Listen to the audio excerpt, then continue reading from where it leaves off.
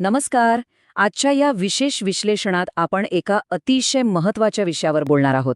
गेल्या 11 वर्षांत भारताच्या जनसुरक्षा उपक्रमांनी देशभरात कशा प्रकारे एक विशाल आणि भक्कम सामाजिक सुरक्षा कवच उभं केलंय हे आपण सविस्तर समजून घेणार आहोत. चला तर मग सुरुवात करूया. हे सगळं नेमकं कसं साध्य झालं हे समजून घेण्यासाठी आज आपण 5 प्रमुख टप्प्यांवरून जाणार आहोत. सगळ्यात आधी हे विशाल सुरक्षा कवच समजून घेऊ. त्यानंतर पहिला स्तंभ म्हणजे जीवन विमा, दुसरा स्तंभ अपघात विमा, तिसरा स्तंभ पेन्शन सुरक्षा आणि शेवटी या संपूर्ण व्यवस्थेत आलेलं डिजिटल परिवर्तन आपण बघणार आहोत. तर सुरुवातीलाच आपण या संपूर्ण उपक्रमाचा जो आवाका आहे म्हणजेच हे विशाल सुरक्षा कवच त्याबद्दल जाणून घेऊया. आता या सुरक्षेचा विस्तार किती मोठा आहे हे समजण्यासाठी हा एक आकडा ऐका. तब्बल 25,160 कोटी रुपये. ऐकूनच थक्क व्हायला होतं, बरोबर? ही प्रचंड रक्कम केवळ 2 प्रमुख विमा योजनांतर्गत आतापर्यंत क्लेम्सच्या स्वरूपात वितरित करण्यात आली आहे. यावरूनच आपल्याला या योजनांचा तळागाळातील थेट आणि मोठा प्रभाव सहज लक्षात येतो. 9 मे 2015 रोजी या महत्वाकांक्षी योजनांची सुरुवात झाली होती. अर्थमंत्री आणि अनेक सरकारी अधिकाऱ्यांनी वेळोवेळी स्पष्ट केलंय की समाजातील वंचित आणि दुर्लक्षित घटकांना आर्थिक संरक्षण देणं हेच यामागील मुख्य उद्दिष्ट आहे. आणि बघायला गेलं तर या योजना खऱ्या अर्थाने परवडणाऱ्या सामाजिक सुरक्षेचे अत्यंत भक्कम आधारस्तंभ बनले आहेत. आता आपण वळूया या सुरक्षेच्या पहिल्या स्तंभाकडे, जो आहे जीवन विमा. या पहिल्या स्तंभांतर्गत प्रधानमंत्री जीवन ज्योती विमा योजना म्हणजेच पीएमजेजेबीवाय येते.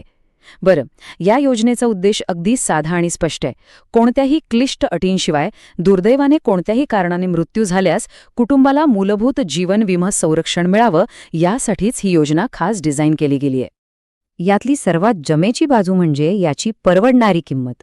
18 ते 50 वयोगटातील कुणालाही वर्षाला फक्त 436 रुपये, म्हणजेच विचार करा, दिवसाला साधारण 1 रुपयापेक्षा थोडा जास्त खर्च करून चक्क 2 लाख रुपयांचं जीवन विमा संरक्षण मिळतं. सर्वसामान्यांसाठी ही खरंच एक मोठी दिलासा देणारी गोष्ट आहे. अटी अत्यंत सोप्या असल्यामुळे आणि प्रीमियम खिशाला परवडणारा असल्यामुळे याचा रिस्पॉन्सही तसाच जबरदस्त मिळालाय. आत्तापर्यंत 27 कोटींहून अधिक लोकांनी यात नोंदणी केली आहे आणि 21,500 कोटी रुपयांपेक्षा जास्त रकमेचे दावे निकाली काढले गेले आहेत. म्हणजेच कठीण काळात तब्बल 10,70,000हून अधिक कुटुंबांना यामुळे एक मोठा आर्थिक आधार मिळालाय. आणखी एक विशेष गोष्ट म्हणजे या योजनेची सर्वसमावेशकता. यातील 12,72,00,000हून अधिक सदस्य या महिला आहेत आणि 8 कोटींपेक्षा जास्त लोक थेट प्रधानमंत्री जनधन योजनेचे बँक खातेदार आहेत. म्हणजे समाजातील अगदी शेवटच्या घटकापर्यंत आणि महिलांपर्यंत ही सुरक्षा अगदी यशस्वीपणे पोहोचली आहे. यानंतर आपण पुढच्या टप्प्याकडे जाऊया. दुसरा महत्त्वाचा स्तंभ आहे अपघात विमा. या स्तंभांतर्गत प्रधानमंत्री सुरक्षा विमा योजना म्हणजेच पीएमएसबीवाय ही योजना येते.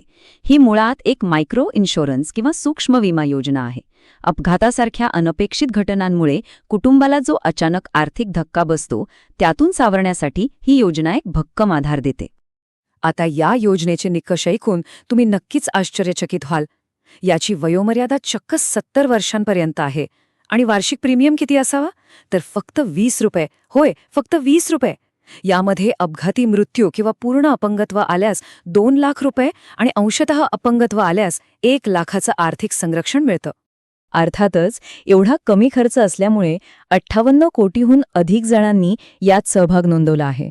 आणि आतापर्यंत विचाराल तर 1,84,000 कुटुंबांना जवळपास 3,760 कोटी रुपयांची तातडीची आर्थिक मदत या योजनेतून देण्यात आली आहे. हे खरोखरच खूप मोठं काम आहे. इथेही आकडेवारी खूप काही सांगून जाते. 27 कोटींहून अधिक महिला आणि 19 कोटींपेक्षा जास्त जनधन खातेदार या योजनेशी जोडले गेले आहेत. ज्यांच्यापर्यंत पूर्वी कधी बँकिंग किंवा विम्याच्या सेवा पोहोचल्याच नव्हत्या अशा कोट्यावधी लोकांना मुख्य प्रवाहातील आर्थिक व्यवस्थेत सामावून घेण्याचं एक खूप मोठं काम यातून झालंय.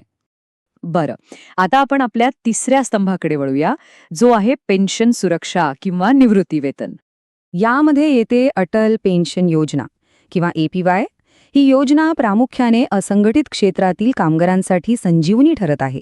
ज्यांच्याकडे नोकरीचे कोणतेही पक्के आणि औपचारिक लाभ नाहीत, अशा लोकांसाठी निवृत्तीनंतरचा काळ सुरक्षित करण्याचा हा एक अतिशय खात्रीशीर मार्ग आहे. 18 ते 40 वयोगटातील कोणताही आयकर न भरणारा बँक खातेदार यात सहभागी होऊ शकतो. म्हणजे बघा, वयाच्या सुरुवातीच्या काळातच थोडी रक्कम बाजूला काढून हे कामगार वयाच्या 60व्या वर्षानंतर दरमहा 1,000 ते 5,000 रुपयांपर्यंतचं निश्चित पेन्शन स्वतःसाठी गॅरंटीसह मिळवू शकतात. आणि या दीर्घकालीन सुरक्षितेचं महत्त्व लोकांना पटतंय. एप्रिल 2026च्या आकडेवारीनुसार तब्बल 9,04,00,000हून अधिक लोकांनी या योजनेसाठी नोंदणी केली आहे. हा आकडाच लोकांचा या योजनेवर असलेला प्रगाढ विश्वास दाखवून देतो. या योजनेचा आणखी एक खूप चांगला पैलू म्हणजे यातली लवचिकता. दुर्दैवाने वयाची 60 वर्ष पूर्ण होण्यापूर्वीच जर सदस्याचा मृत्यू झाला तर जोडीदाराला ती योजना तशीच पुढे चालू ठेवण्याचा किंवा जमा झालेली पूर्ण रक्कम काढून घेण्याचा पर्याय मिळतो. त्यामुळे अशा अचानक आलेल्या संकटात कुटुंबाला पूर्णपणे वाऱ्यावर सोडलं जात नाही. आता हे सगळं कागदावर जेवढं सोपं वाटतं तेवढं ते प्रत्यक्षात नव्हतं. या प्रचंड आकडेवारीच्या मागे देशभरातील बँक कर्मचारी आणि विमा कंपन्यांच्या हजारो क्षेत्रीय कर्मचाऱ्यांची खूप मोठी मेहनत आहे.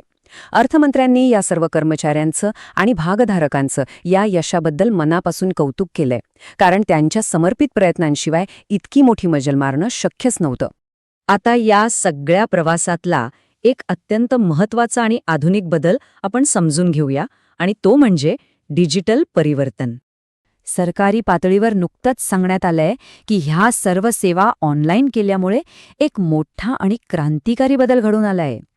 जनसुरक्षा पोर्टल सुरू झाल्यामुळे आता नोंदणी करण्यासाठी प्रत्यक्ष बँकेत किंवा पोस्ट ऑफिसमध्ये जाऊन रांगेत उभं राहण्याची किंवा फेऱ्या मारण्याची अजिबात गरज उरलेली नाही. या स्टेप बाय स्टेप डिजिटल प्रगतीमुळे नागरिक आता घरबसल्या त्यांच्या मोबाईल किंवा कॉम्प्युटरवरून अगदी सहज नोंदणी करू शकतात. आणि सर्वात मोठी जमेची बाजू म्हणजे या ऑनलाईन प्रक्रियेमुळे नुकसान भरपाईचे दावे वेगाने मार्गी लागतात आणि गरजेच्या वेळी मदतीची रक्कम थेट लाभार्थ्यांपर्यंत अत्यंत वेगाने पोहोचते. तर मित्रांनो, आत्तापर्यंतचा हा 25,000 कोटी रुपयांचा प्रचंड प्रभाव पाहता एक विचार नक्कीच मनात येतो. गेल्या 11 वर्षात कोट्यावधी नागरिक या सामाजिक सुरक्षेशी जोडले गेले आहेत. भविष्यातील हे डिजिटल एकत्रीकरण भारताच्या ह्या आर्थिक सर्वसमावेशकतेला येत्या दशकात अजून कोणत्या नव्या उंचीवर नेऊन ठेवेल? वाढत्या डिजिटल प्रवेशामुळे परवडणाऱ्या सामाजिक सुरक्षेचं चित्र अजून कसं बदलेल, हा खरंच विचार करायला लावणारा प्रश्न आहे. याच प्रश्नासोबत आपण आजचं हे विश्लेषण इथेच थांबूया. ऐकल्याबद्दल खूप खूप धन्यवाद.